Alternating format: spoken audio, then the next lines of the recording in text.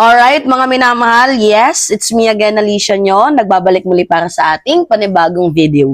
So, medyo nakakagulat lang ang mga eksenang ganap sa politika, lalo na nga po dito sa naging attitude ni Senator Rodante Marcoleta.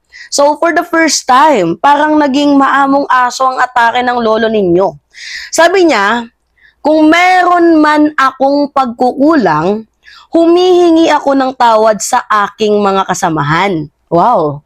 Like parang ang lakas mang gaslight, no? Diba mga minamahal? Yan ba ay bunga ng pag-reveal ng abogado ng mga diskaya na idinadawit ang pangalan mo na ikaw naman talaga ang dahilan? Diba kung bakit 2022 onwards ang mga binanggit nilang mga senador, mga kongresista? Kasi utos mo? 'Di ba? Mga minamahal, wala naman sanang masama kung itong si Senator Rodante Marcoleta, kung nag-iimbestiga siya, ay literally politically neutral.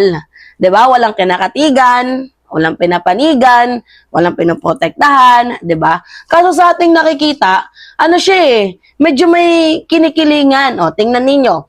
For example, nung sinabi, 'di ba, ng mga diskaya, yung 2022 na mga sangkot na mga kongresista onwards, meron bang reaction si Senator Rodante Marcoleta? Hindi ba wala? Wala man lang siyang follow-up question na bakit wala, 'di ba nagsimula kayo 2016 manalo sa bidding? Bakit walang 2016 dito? Bakit halos lahat is 2022 onwards? At bakit karamihan sa mga pumirma na mga humingi kuno ng kickback ng mga kongresista, karamihan sa kanila ay mga pumirma dito nga po sa impeachment case ni Vice President Sara Duterte. So makikita ninyo na hindi talaga pwedeng maging chairperson ng Senate Blue Ribbon Committee itong si Senator Rodante Marcoleta. Lalo't hindi pa siya fully aware, 'di ba? Sa magiging komento ng taong bayan, kasi tingnan ninyo kung ano yung ginagawa niya ngayon, parang balat sibuyas siya 'di ba? So hindi niya alam yung yung klase na gusto ng mamamayang Pilipino kapag gagawa or isasagawa niya yung hearing. Din niya nagigets yung gusto ng mamamayang Pilipino Kaya madami ang gusto na palitan itong si Senator Rodante Marcoleta. Ngayon na napalitan na siya, tingnan ninyo. Dahil nababash na siya ngayon, ang dami niya ng hanash. To the point na parang umaacting ng lolo ninyo. Na kasyang sabi niya, pasensya na kung nagkulang man ako. Talaga lang sincere ba to? Tanong lang. Alright, sige, panoodin natin. President, pero sa akin pong pananaw ay ginawa ko po yung aking makakaya. Kung meron man po akong pagkukulang, ay humihingi po ako ng tawad sa aking mga kasamahan sa Blue Ribbon Committee. Ngunit hindi ko po sinadya na ilihis sa direksyon ng tamang pag-iimbestiga ang ating Blue Ribbon Committee. I am armed by the explanation of the minority leader that we're not questioning the prerogative of Ang punto kasi dito, si Senator Rodante Marcoleta parang natatamaan, nasasaktan sa komento ng minority bloc, 'di ba? Ukol sa kanyang pag-iimbestiga dito nga po sa Senate Blue Ribbon Committee, kasi kahit naman normal na mamamayang Pilipino, mapapatanong sa iyo 'Di ba? Bakit ganito ka? Bakit ito ganito? Bakit ganyan? So may kulang. 'Di ba? Kaya hindi mo pwedeng sisihin, 'di ba, ang minority sa actions mo. Dahil nagbabase lang naman sila sa ginagawa mo. Alright. the presiding officer, but we can question the Senate President on issues that are quite legitimate, such as the matters I would like to raise today. Unsettling because, Mr. President, on September 9, in your interview with ANC Head Start with Ms. Karen Davila about the Blue Ribbon Chairman being a lawyer, your answer is, there is no such thing as a rule na dapat abogado yun. Abogado ka nga, di ka naman magaling mag-imbestiga, di ba? Doon siya nasaktan. Abogado ka nga, hindi ka naman marunong mag-imbestiga. Totoo naman. 'Di ba? Oh, mas malala pa nga yung position mo kasi abogado ka na nga, hindi ka pa nagpapaka-abogado. 'Di ba kaysa naman dito kay Tito Soto, hindi siya abogado pero nagpapaka-abogado. 'Di ba para dito sa hearing na 'to. Actually, yung ginagawa ni Senator Marcoleta, talagang literal na gaslighting tong kanyang ginagawa eh. 'Di ba pansinin ninyo kung ano-anong lumalabas sa kanyang bibig? Parang yung action niya, gusto na talagang palitan itong si Senate President Tito Soto. So useless.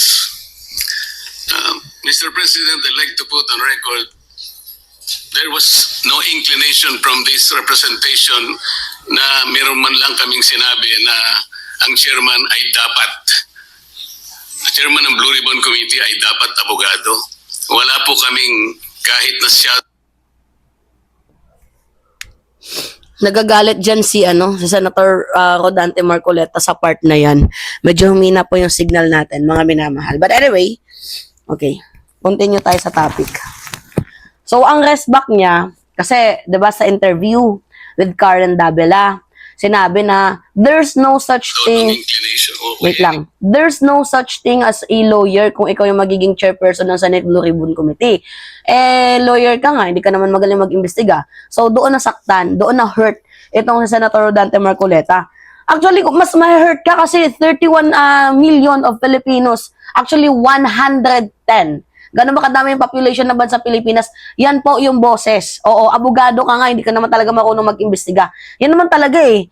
Yung komento ng mamamayang Pilipino, ba't ka nasasaktan sa kapwa mong senador? Totoo naman yung kanyang sinasabi. 'Di ba? Oh, okay, continue tayo.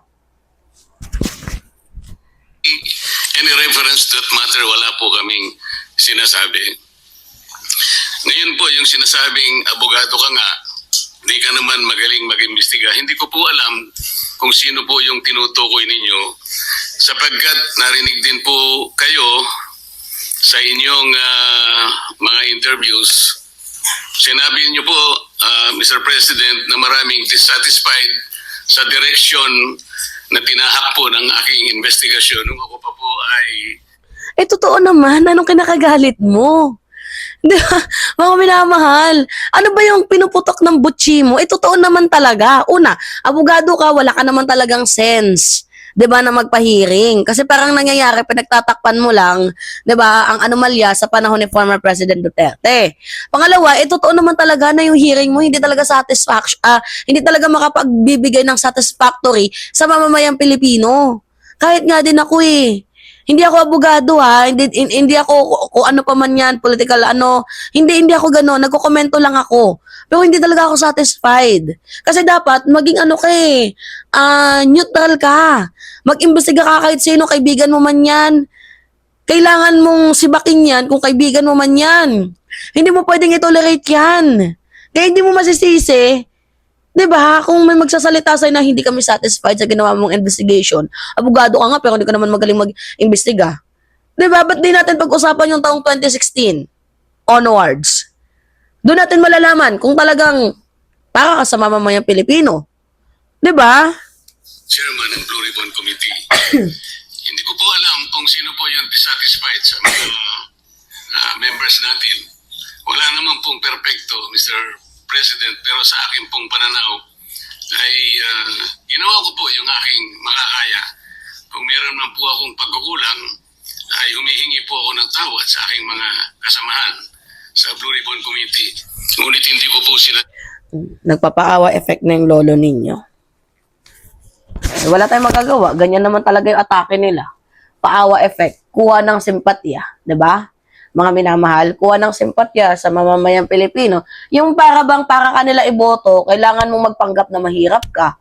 'Di ba? Para ka iboto nila, kailangan mong magpanggap na kaisa ka din nila.